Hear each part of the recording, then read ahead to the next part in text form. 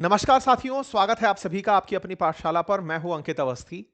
आज के सेशन में चर्चा हाल ही में हुए लोकतंत्र की जीत के प्रमाण की है। साथियों, असल में आप में से बहुत सारे लोगों ने पिछले कुछ दिनों से अरावली और कुलदीप सेंगर के मामले को उठते हुए देखा होगा और उसके बीच में एक मन में सवाल यह बना होगा कि अल्टीमेटली न्यायपालिका साथ किनका दे रही है। जब यह सवाल निकल कर आया था तो बड़ा सवाल यह भी था कि अरावली के मामले पर जब सब आदमी यही चिल्ला रहे हैं कि यह कहीं ना कहीं पर्यावरण के साथ बहुत बड़ा खिलवाड़ है और सरकारें इस पर किस तरह से बिना सोचे समझे कुछ भी करे चले जा रही हैं और न्यायपालिका कैसे किसी भी बात को सही मान ले रही है। बिल्कुल वैसे ही कुलदीप सेंगर का मसला, जो कि पिछले काफी दिनों से चर्चा में रहा, 2017 के अंदर हुआ एक रेप केस जिसने पूरे देश को झकझोरा। फाइनली जब उस रेप केस से जुड़े हुए मामले में हाल ही में दिल्ली हाईकोर्ट ने जमानत दी, उसके बाद देश में लोगों के अंदर गुस्से का उबाल उठ पड़ा और उस उबाल ने लोगों को इस तरह से विवश कर दिया कि हमारे देश के अंदर जब एक बाहुबली किसी रेप पीड़िता के परिवार को पूरी तरह खत्म करने की ठान ले, रेप पीड़िता को अपने बयान दर्ज कराने के लिए खुद को आग तक लगाने की नौबत आ जाए, अपने हालात से जूझते हुए उसे जब अपराधी के खुलेआम घूमने की खबर मिले, तो देश के अंदर कानून व्यवस्था और सरकार से विश्वास उठता दिखा। खैर फाइनली लोगों की अवेयरनेस काम आई और काम आने से हमारे देश में न्यायपालिका को जनता की विश के आगे पलटना पड़ा अपना फैसला और पलटते हुए दोनों ही मामलों में, अरावली के मामले में और कुलदीप सेंगर के मामले में, उन्होंने फैसले पलट दिए या फिर कहिए कि स्टे दे दिए। ना कुलदीप सेंगर बाहर आएंगे, ना अरावली की नई परिभाषा काम में आएगी। इस पूरी कहानी को हम विस्तार के साथ आज के सेशन में कवर करने का प्रयास करते हैं। ऑलरेडी पहले भी हमने इन विषयों पर काफी डिटेल में आपसे चर्चाएं की हैं, लेकिन एक बार के लिए जिन्हें इन विषयों के ऊपर ब्रीफ में जानकारी चाहिए, तो आइए आज के सेशन में इसे कवर करते हैं। सबसे पहली जानकारी कुलदीप सेंगर को लेकर होगी, जिस व्यक्ति ने अपने एमएलए रहते हुए अपने पद का दुरुपयोग किया और उसने जिस तरह से प्रशासन को, पुलिस को दुरुपयोग किया, रेप की धाराओं में रहा, मर्डर के चार्जेस के अंदर पुलिस ने उसे पूछताछ की, उसके द्वारा जिस तरह की हरकतें हुई, उसके बाद पूरे देश में रेप विक्टिम के द्वारा इस चीज को लेकर के सवाल उठाए गए और देश के अंदर फिलहाल एक बड़ी सुर्खी निकल कर आई और सेम इसी तरह से अरावली के मामले के अंदर आई। बात जहां तक कुलदीप सेंगर की हो, फिलहाल के लिए सुप्रीम कोर्ट के द्वारा जब इस मामले को याचिका के रूप में ले जाया गया, तो चीफ जस्टिस के द्वारा इस मामले को पलटा गया और कहा कि हाईकोर्ट के जिन जजों ने इनकी सजा को सस्पेंड किया था वो बेहतरीन जज थे, लेकिन गलती किसी से भी हो सकती है। यह दर्शाता है कि हाईकोर्ट के जजेस के द्वारा लिया गया फैसला सुप्रीम कोर्ट के द्वारा यह कह करके पलटा गया कि वो जजेस तो अच्छे थे, उनके द्वारा भी गलतियां हो सकती हैं। इसका मतलब यह हुआ कि न्यायपालिका, जिससे हम उम्मीद करते हैं कि वो पूरी तरह न्याय की पालना करेगी, वो लोगों को न्याय के साथ लोकतंत्र में विश्वास रखवाएगी, वो न्यायपालिका खुद ये कहते हुए विवश हुई कि इन जज हैं, गलती किसी से भी हो सकती है। अगर जजेस भी गलती करने लगे तो क्या ये इतना आसान शब्द है जिसे यूं ही बोल करके छोड़ दिया जाए? किसी के जीवन मरण से संबंधित सब बातें हैं और न्यायपालिका के द्वारा इस तरह का बयान देना देश के अंदर एक दुर्भाग्यपूर्ण स्थिति को दर्शाता है। आप में से कुछ लोग हो सकता है ये कहें कि साहब, कम से कम गलती मानना तो अच्छी बात होती है। देखिए, गलती मानना अच्छी बात होती है, आप पर हम पर यह बात लागू होती है, न्यायपालिका पर लागू नहीं होती है। न्यायपालिका को सभी पक्ष सुनने होते हैं, न्याय की स्थापना के लिए उन्हें सभी की बातों को ढंग से समझना होता है। उनके द्वारा जब न्याय दे दिया जाता है, वो अपने आप में एक नजीर बनता है, लोग उनको आने वाले समय में फॉलो करते हैं। इसीलिए केवल इतना कह देने मात्र से कि गलती हो जाती है, यह दर्शाता है कि हमारे देश के अंदर शायद न्याय भी अब प्रभाव में आकर के होने लगा है। प्रभाव, सबसे पहले कुलदीप सेंगर का। कुलदीप सेंगर जो कि पूर्व विधायक हैं, 59 वर्षीय हैं, 2007, 2002, 7, 12, 17 में विधायक रहे, बसपा से रह चुके, सपा से रह चुके, बीजेपी से विधायक रहे। 2017 में इनके ऊपर रेप का आरोप लगा। पता चला कि आप के पड़ोस में रहने वाली एक लड़की जो इनसे कभी जॉब मांगने गई थी, उसके साथ इन्होंने रेप किया, 17 साल की लड़की। पता चला कि परिवारजन, जो लड़की के परिवारजन थे, वो विधायक जी के काफी करीबी भी थे। पड़ोस के अंदर घर था, लड़की के चाचा विधायक जी के बॉडीगार्ड रहा करते थे। लड़की के साथ जो घटना घटी, क्योंकि वो विधायक जी से नौकरी मांगने गई थी, नौकरी नहीं मिली, विधायक जी ने जिसके साथ जो बर्ताव किया, वो बर्ताव डर के मारे लड़की वहां से छूट करके दिल्ली चली आती है, अपने परिवारजनों के साथ मिलकर दिल्ली में शिकायत दर्ज कराती है। दिल्ली में शिकायत दर्ज कराती है, दिल्ली में केस की सुनवाई जब नहीं होती है, तो परेशान होकर वर्ष 2018 में वो सीएम निवास के बाहर जाकर खुद को आग लगा लेती है। सीएम निवास के बाहर जब आग लगाने का प्रयास किया जा रहा होता है, तो इसी बीच में पुलिस की आंखें पड़ती हैं कि ऐसी क्या स्थिति आ गई कि कोई व्यक्ति को अपना केस दर्ज कराने के लिए इस हद तक उतरना पड़ रहा है। इस बीच में इधर की तरफ यह घटना हो रही होती है और दूसरी तरफ से लड़की के पिता को पुलिस के द्वारा उठा लिया जाता है। पुलिस के द्वारा उठा लिया जाता है, उसके साथ मारपीट होती है। इस तरह की मारपीट होती है कि पुलिस कस्टडी में लड़की के पिता की मौत हो जाती है। लड़की के पिता की मौत होना, लड़की को अपने ऊपर लड़की जो आरोप लगा रही है उसका केस दर्ज ना होना और लड़की के पिता को उठाकर पुलिस के द्वारा मारपीट में इतना पीटा जाना कि पुलिस कस्टडी में उसकी मौत हो जाना, यह दर्शाता है कि किस तरह की बर्बरता और किस प्रकार का बाहुबली वो व्यक्ति रहा होगा जिसने अपने दम पर इस तरह की हरकत को अंजाम दिया। इसके बाद अप्रैल 2018 में सेंगर के छोटे भाई अतुल सेंगर और उनके साथियों ने, जो कि लड़की के पिता के घर में घुसकर उसको बहुत बहुत बेरहमी से पीटे थे। लोगों का कहना है कि मतलब हाल इस तरह के थे कि पिटाई को देखकर ही लग रहा था कि नहीं बचेंगे। 8 अप्रैल को लड़की पीड़िता जो है वो लखनऊ पहुंचती है और सीएम आवास के बाहर आत्मदाह का प्रयास करती है। सुरक्षाकर्मी बचाते हैं। 9 अप्रैल को पता चलता है कि इसके पिताजी मर गए हैं। जब यह खबर बाहर निकल कर आती है तो पुलिस के 10 लोगों को एसएचओ समेत आरोपी बनाया जाता है, फिर उन्हें सजा होती है। लेकिन सोचने वाली बात यह है कि तब तक भी इस बलात्कारी की कोई भी गिरफ्तारी नहीं होती है। कुलदीप सेंगर 12 अप्रैल 2018 तक, जबकि लड़की के पिता मर चुके हैं, लड़की खुद को जलाने के लिए प्रयास कर चुकी है, सेंगर की गिरफ्तारी नहीं हुई होती है। इसके बाद सरकार के खिलाफ, योगी सरकार के खिलाफ प्रोटेस्ट शुरू होते हैं। पुलिस कॉप के ऊपर बड़ा सवाल खड़ा होता है, पुलिस कर्मियों के ऊपर, कि किस तरह की पुलिस है जो बलात्कारी खुलेआम घूम रहा है और जिसने शिकायत की है उसके पिता को मार दिया गया है। वो जो लड़की जिसके साथ ये दुर्घटना घटी है उसे खुद को जलाने तक की नौबत आ गई है कि मेरी बात तो सुन लो। फाइनली फिर सीबीआई इस केस को अपने हाथ में लेती है। सारे घटनाक्रम के बाद में जब मीडिया इस बात को पूछने के लिए पहुंचती है सेंगर के पास, तो सेंगर कहते हैं कि साहब मैंने तो कुछ किया ही नहीं। लेकिन फाइनली 13 अप्रैल को जाकर 2018 में ये गिरफ्तार होते हैं। ये इधर गिरफ्तार होते हैं, लेकिन उधर की तरफ वर्ष 2000 के अंदर का एक मामला जिसमें तमंचा दिखाकर धमकाने के मामले में लड़की के चाचा को गिरफ्तार कर लिया जाता है। ये बिल्कुल बाहुबली अंदाज में होने वाली वो किसी फिल्म से कम नहीं है, जिसमें दिखाया जाता है कि कैसे पावरफुल लोग अपने खिलाफ खड़े लोगों को हर तरह से तोड़ने मोड़ने का प्रयास करते हैं। लड़की अपने पिता को खो चुकी थी। चाचा जिनके ऊपर आरोप था, चाचा कभी विधायक के ही बॉडीगार्ड थे, उन पर आरोप था कि इन्होंने 2000 के अंदर किसी को तमंचा दिखाया था। पुराने मामले में पुलिस उन्हें उठा लेती है। पुलिस उन्हें उठा लेती है और विधायक सेंगर की गिरफ्तारी के कुछ महीने बाद अदालत को यह बताया जाता है कि चाचा जब दिल्ली में है तो उन चाचा को भी उठा लिया जाता है, चाचा को गिरफ्तार कर लिया जाता है। इसी बीच में धमकियों का सिलसिला जारी रहता है। लड़की इस बीच में दिल्ली आ जाती है। दिल्ली में आकर के अपनी शिकायतें दर्ज कराती है। सारी चीजें वो अपने स्तर पर कर रही होती है। 28 जुलाई 2019 को रायबरेली के अंदर एक तेज रफ्तार ट्रक उस कार को टक्कर मार देता है जिसमें पीड़िता, उसके वकील और चाची यात्रा कर रहे होते हैं। यह बड़ा ही सोचने की बात है कि यह घटना जिस समय पर लड़की अपने पिता को खो चुकी है, चाचा को जेल भेज चुकी है, शिकायत करने के लिए अब उसके पास घर में महिलाएं बची हैं।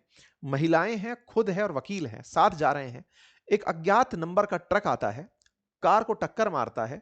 नंबर प्लेट पर कालिक पुती होती है।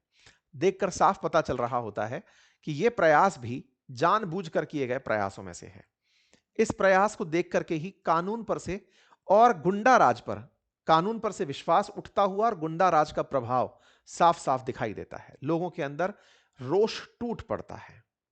उन्नाव के अंदर इस तरह की जो घटना होती है, इसके अंदर सर्वाइवर की मदर ने सीधा सीधा कुलदीप सेंगर के ऊपर आरोप लगाया। सुप्रीम कोर्ट के चीफ जस्टिस को इस मामले के अंदर फिर इंटरफेयर करना पड़ा, जिसके चलते इस मामले की सुनवाई 30 हजारी कोर्ट के अंदर की जाना शुरू होती है। जब ये जानकारी शुरू होती है, जब ये सारी जानकारी शुरू होती है, कुलदीप सेंगर को इसके बाद में 30 हजारी कोर्ट के अंदर दोषी ठहराया जाता है। 21 दिसंबर 2019 को उसे आजीवन कारावास की सजा सुना दी जाती है।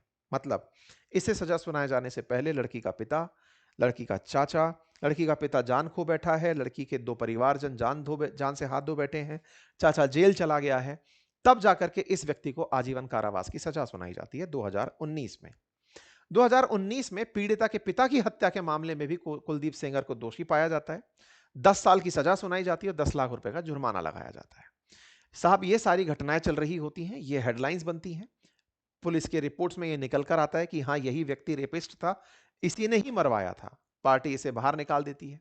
दिसंबर 23 को यह खबर वापस से सरफेस होती है कि यह व्यक्ति जो इतने साल से जेल में था 2019 से, इसे जेल से रिहा किया जा रहा है।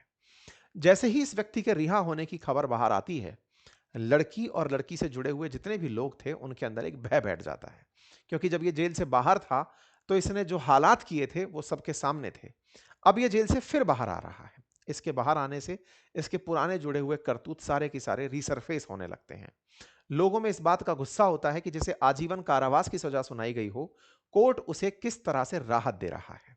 कोर्ट उसे क्यों 2019 में गिरफ्त हुए व्यक्ति को 6 साल के अंदर कैसे बाहर निकाल रहा है।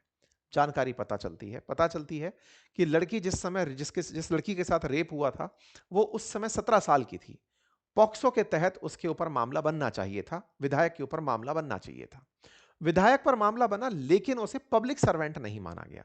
पॉक्सो कानून के अंदर एक कमी पता चलकर आई कि विधायक तो हो सकते हैं, लेकिन वो पब्लिक सर्वेंट नहीं होते। उसकी परिभाषा में उन्हें पब्लिक सर्वेंट नहीं माना गया। अगर पब्लिक सर्वेंट रहे होते, तो फिर इन्हें लंबी सजा दी जा सकती थी। पब्लिक सर्वेंट की परिभाषा से बचे रहने के कारण इनकी सजा में जमानत की पोजीशन बनकर आ गई। साथ ही साथ पोजीशन ऑफ ट्रस्ट और अथॉरिटी, यानी कि उनके अधीन वो काम कर रही थी, ऐसी भी कोई बात बनकर नहीं आई। कोर्ट के अंदर दलीलों में यह बताया गया कि लड़की की उम्र के लेकर के जो डॉक्यूमेंट्स हैं, उसमें कई जगह परिवर्तन देखा गया, मतलब कई जगह अलग अलग एज है, इसलिए उसे इस आधार पर जमानत दे दी जा रही है। कुल मिलाकर के कुलदीप सेंगर को जमानत दी गई कुछ शर्तों पर कि आप 5 किलोमीटर दूर दिल्ली नहीं छोड़ेंगे और पीड़िता से 5 किलोमीटर दूर रहेंगे।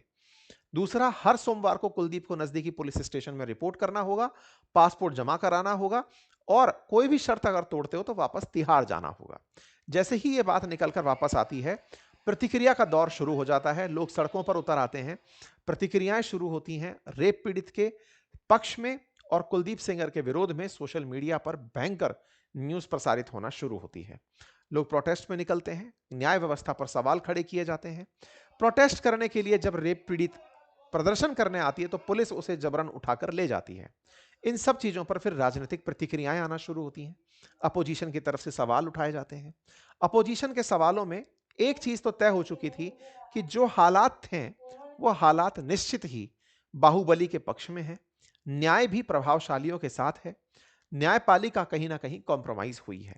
इस तरह की बातों को देख करके जब सुप्रीम कोर्ट ने स्वतः संज्ञान लेते हुए सीबीआई के कहने पर सीबीआई ने याचिका दायर की कि भाई इस मामले की तो सुनवाई करनी पड़ेगी। सुप्रीम कोर्ट को यह एहसास हुआ कि इस मामले के अंदर कुछ ना कुछ तो ऐसा हुआ है जिसके चलते जनता में इतना रोष फूटा है, क्योंकि उस व्यक्ति के करतूत ही इतने खराब थे, उस व्यक्ति के कांड ही ऐसे थे जिन्हें देख करके उसका समाज में खुले रहना अपने आप में एक बड़ी चुनौती था। बस यहीं से सुप्रीम कोर्ट तक मामला पहुंचता है। जस्टिस फॉर उन्नाव विक्टिम खबर बनने लगती है। कुलदीप सेंगर की बेल रद्द करो, इस तरह का माहौल बनने लगता है। कुछ लोग ऐसे भी निकल कर आते हैं जो कुलदीप सेंगर को सपोर्ट करने की स्थिति में होते हैं, उनके खिलाफ भी प्रोटेस्ट होना शुरू होता है। फाइनली सीबीआई सुप्रीम कोर्ट तक पहुंचती है, और जो दिल्ली हाई कोर्ट की जो बेल ग्रांट थी उसके खिलाफ कि साहब आप कुलदीप सेंगर पर विचार कीजिए। सुप्रीम कोर्ट इस मामले के अंदर फाइनली कुलदीप सेंगर की जो जमानत याचिका है उसे रद्द कर देती है कि नहीं, इस व्यक्ति को जमानत नहीं मिलनी चाहिए। उन्नाव रेप केस के मामले में जब सुप्रीम कोर्ट के सामने सीबीआई पहुंचती है, तो सीजेआई बोलते हैं कि हाईकोर्ट के जिन जजों ने सजा को सस्पेंड किया वे बेहतरीन जजों में गिने जाते हैं, लेकिन गलती किसी से भी हो सकती है। चीफ जस्टिस सूर्यकांत ने कहा कि कोर्ट को लगता है कि मामले में अहम सवालों पर विस्तार से विचार जरूरी है। आमतौर पर कोर्ट का सिद्धांत है कि किसी को दोषी या विचाराधीन कैदी को रिहा कर दिया गया हो तो बिना उसे सुने ऐसे आदेशों पर रोक नहीं लगाई जाती, लेकिन इस मामले में परिस्थितियां अलग हैं, क्योंकि आरोपी दूसरे मामलों से पहले दोषी ठहराया जा चुका है। ऐसे में दिल्ली हाईकोर्ट के 23 दिसंबर 2025 के आदेश पर रोक लगाई जाती है। इस तरह की बात यहां पर निकल कर आती है।